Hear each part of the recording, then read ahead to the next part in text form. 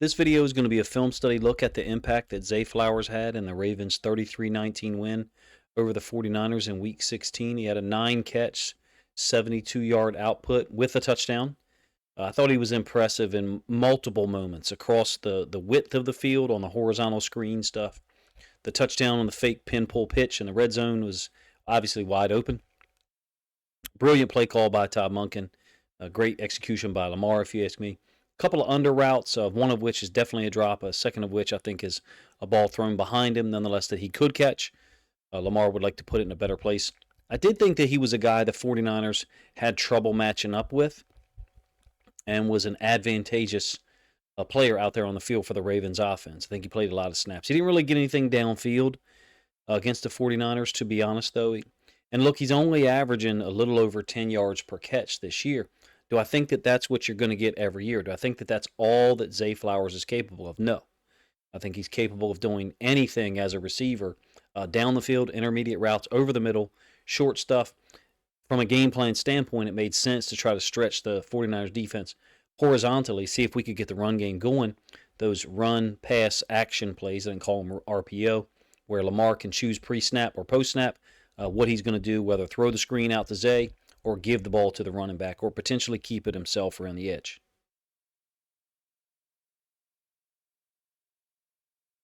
One thing to mention when you look at the numbers for Zay Flowers in 2023, he does have 752 receiving yards, so he won't get to 1,000, and he doesn't have a 100-yard game this year. I think it has to be mentioned, while he does have 104 targets, this is a true spread offense. The ball gets moved around to multiple guys. When Keaton Mitchell and Mark Andrews were healthy, there was just too many guys who needed the football. I hate to say it that way because it sounds like I'm almost celebrating the fact that Mitchell and Andrews won't play on their snap this year, or in the case of Andrews, maybe there's a small chance that he returns if we're fortunate enough to play late in the playoffs. But it's going to impact the total number of opportunities that people get, and it ebbs and flows for this Ravens offense each week. It seems like guys hand off the responsibility or in terms of chances to get the football in their hands, seems like guys hand it off back and forth. OBJ, Flowers, Andrews before he went out, likely Aguilar. And then you have all the guys at running back who do a good job and deserve the football and produce at various times. Gus, Mitchell before he went out for the year, and Justice Hill. Not even accounting for Lamar with his scrambles or carries that can influence the production of a wide receiver. Nonetheless, Flowers now has games of 9, 8, and 9 catches as a rookie. I think he has 2 other games of 6 catches. 752 receiving yards as a rookie.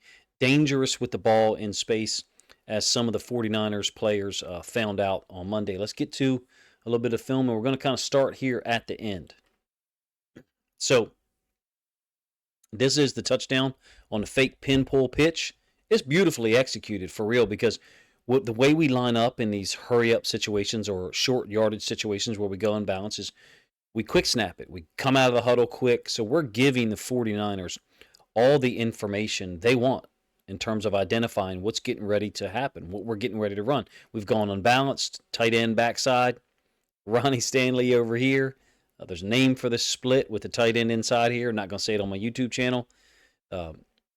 Ronnie Stanley giving them the look they want, back on the same side as they likely on the same side. Not exactly the same post-snap look per se, but look, you have Stanley stepping down. It's not a pin block. Likely looping out. The running back, Gus, showing hands. Lamar faking the pitch. And Zay running right by the safety. Wide open, making the catch, converting 9-yard touchdown. I think that's the one that put us up 30-12. We'll get to the film of him running routes in a normal situation. And this is going to be him from the slot. This is a touchdown potentially if we get the ball to him in stride over the middle of the field. 21 personnel, a little bit of play action. This corner to the downside is working up top because he knows I got no work over here at all. Nothing happening because it's twin wing, meaning 2 tight ends to that downside of the field, even though one of them happens to be Ricard. If this ball is thrown out in front of Zay, this is probably a touchdown. He's just going to outrun, I think it's Ward, number 7, to the sideline. Lamar has a ton of time. My notes early in the game was like ton of time for us. And look at the lane that has been created here. There is no one near him. Lamar got a clean throwing lane for whatever reason. This ball was just a little bit behind him. And if it's caught in stride, you have all this space to run onto. Lamar played a really spectacular game. I thought this was a missed opportunity early. First possession, I believe, second possession, excuse me, for us to go out there and get a touchdown. Up at the top side of the screen now, same possession, second possession, 3rd and 5, little speed out against man-to-man defense, and Lamar hits him in stride. Zay has to turn a little bit back in to catch the football, so maybe the ball could be another 1.5 foot more towards the sideline. Thrown quickly, nice pace. Lamar's touch and pace on the ball I thought was perfect Monday night. Zay's got great hands, doesn't need to have the ball placed out there, but that one he caught smoothly. So, very next play, this is the one I got a problem with. You can talk about Lamar's decision making here if you wish. I'm not going to focus on that. I just don't know why, after we've gotten our first down of the game on the second possession, we've got to go hurry up and we've got to go empty. I don't know what the advantage is there. Am I absolving or making excuses for Lamar Jackson? I don't know. If you feel like that's the case, go right ahead and let me know. But I don't feel like we're doing anything here. I don't feel like there's anything that we're doing that's taking advantage of something the 49ers are definitively going to show us. Why did we go hurry up? Because we felt like it? Because we had just got a first down? Or was there something specific that we thought the 49ers were going to do that we could take advantage of? Well, if we did, that's not what happened. This is the end zone angle, same play. Safety puts the 49ers up 2-0. Feel free to let me know if you think more responsibility needs to be thrown at Lamar. As he's scrambling or moving out here, first of all, he recognizes that Warner is free, number one. Number two, don't blame this on these two guys. Lamar's not supposed to be at the depth vertically that he ends up at, so that it looks like they got beat worse than they did. He's supposed to be in the pocket. Well, he can't be in the pocket because Warner's a free rusher. Why is he a free rusher? Well, they brought 5 and we went empty, which is my whole point. I don't know why we had to go empty hurry up after this first down. The nice catch by Zay on that 3rd and 4. I digressed a little bit there. I moved away from evaluating Zay Flowers. Let's get back to it. All right, so this is going to be a play action out of Trey Right A. Zay's down at the bottom side of the screen. Little stutter release against what I think is a broken cover 3 by the play action. Certainly doesn't look like a clean cover 3 version underneath. You definitely have a 1 high safety look, 4 underneath guys, but that doesn't mean that it's clearly going to be cover 3. I think that inside linebacker 45 flies out of there because he recognizes that the play action goes this way and the over concepts are going to come from the other side. So he's trying to get underneath of him. As it stands, Zay against that cover 3 side outflanks the curl flat defender, means gets closer to the sideline, and the deep third corner, isn't able to defend it either.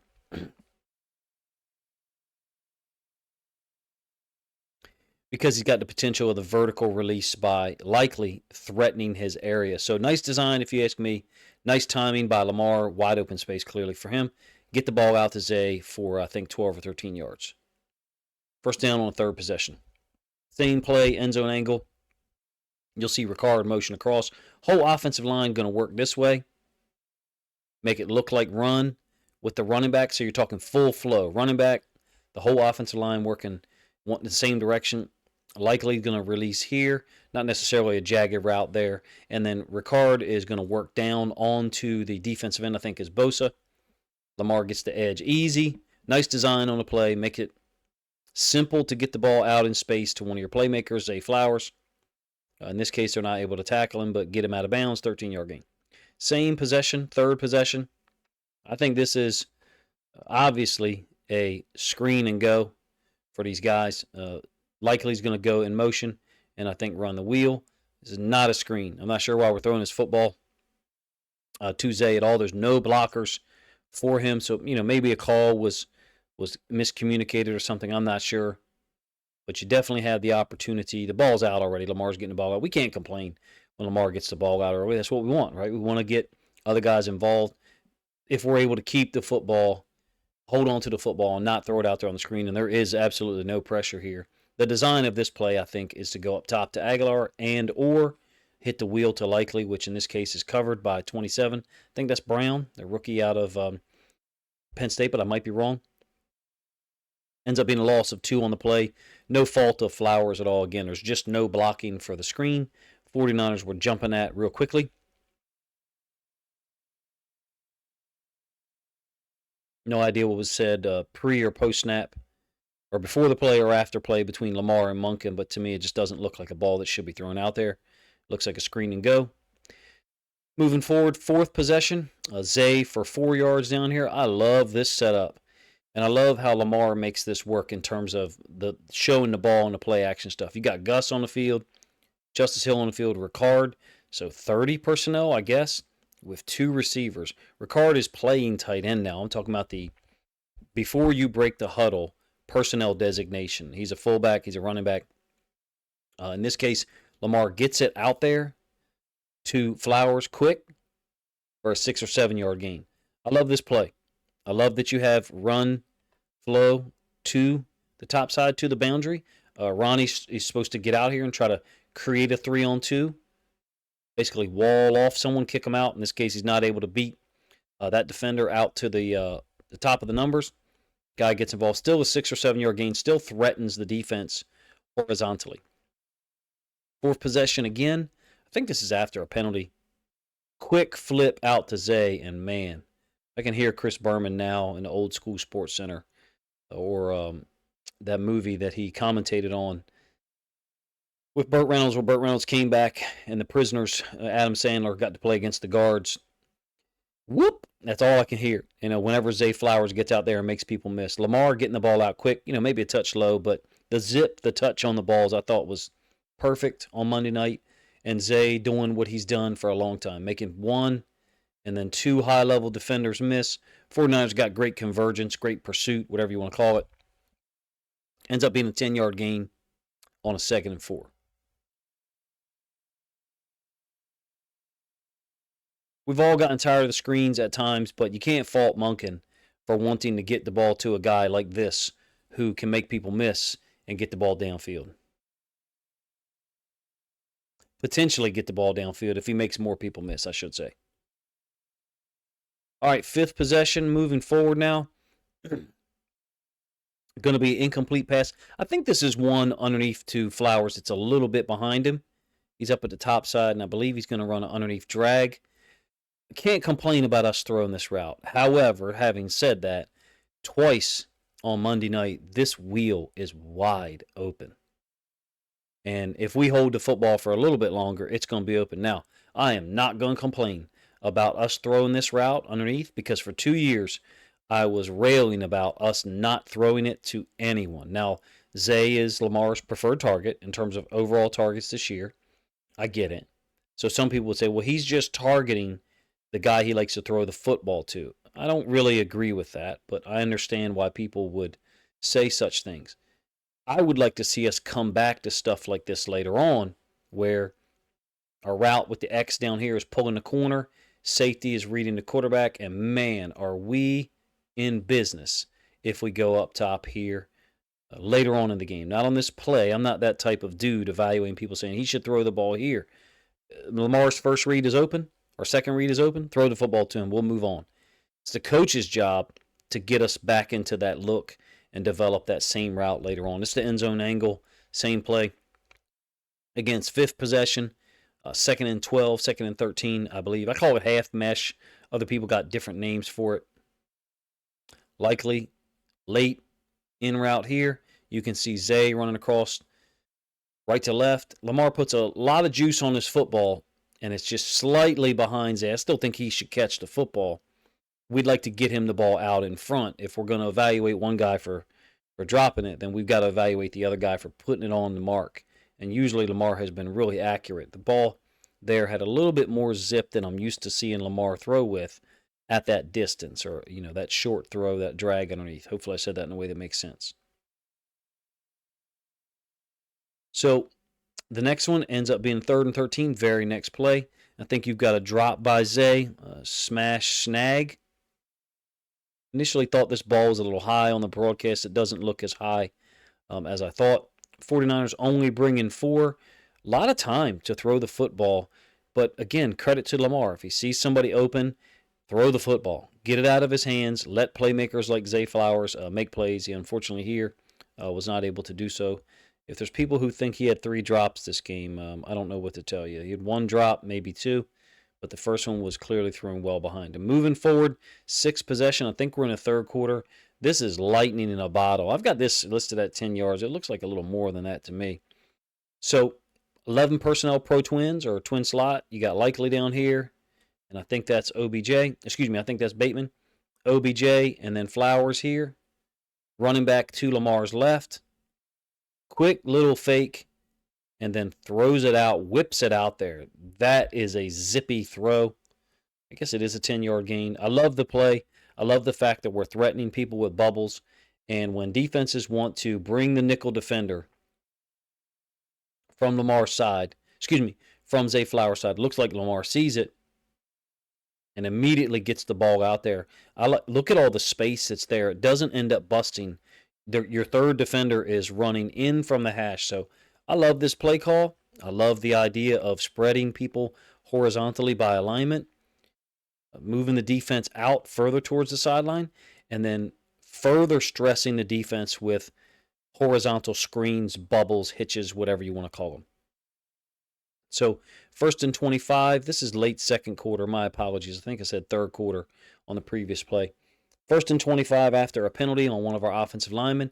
I think this ball is slightly late getting out of here, but Lamar's dealing with pressure. He's moved out of the pocket to our right. I'd like to see this ball there just a touch earlier, maybe an eighth of a second earlier, to get Zay an opportunity to catch the ball without the defender converging on him. You can see that there's separation created. Lamar's moving out to the right. He's trying to determine, he being Lamar, can I run here, or is this guy open enough for me to throw the football? And clearly he is. I think the ball should be out already to let Zay catch it before the defender can break on it. You can see how close this was to being a pass defended on a play where Zay Flowers is open by 3 or 3.5 yards.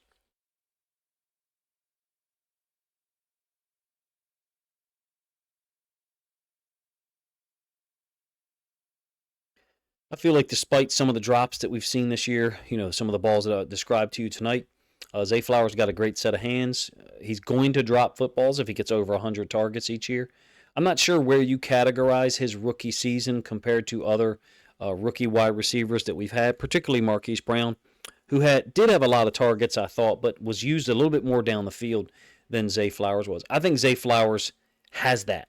I think Zay Flowers can give you that same level of explosive play down the field, even though he hasn't consistently gotten those opportunities.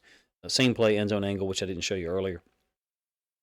However, Zay Flowers can also make people miss. Zay Flowers can also be used in the run game as a guy in the backfield or on jet sweep stuff. I don't know about you. I'm super happy with the draft pick.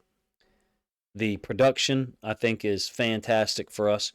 Would we like for him to get 1,000 yards receiving? Well, sure. From a selfish standpoint, we would like to see him get his credit, get his flowers for the level of talent and impact that we think he's been able to have this year. In Week 16 against the 49ers, 9 catches, a lot of short ones. Nothing developing substantial down the field, but that's there. We saw him have a big catch on the road Week 2 against the Bengals, 52, 53-yarder, I believe. He's had some other big catches down the field. Week 4 on the road against Cleveland, 47 yards, I believe, something like that. Touchdown rushing to cap the game against the Chargers. The big play guy. He can be used on screens. He can be used on fast sweeps.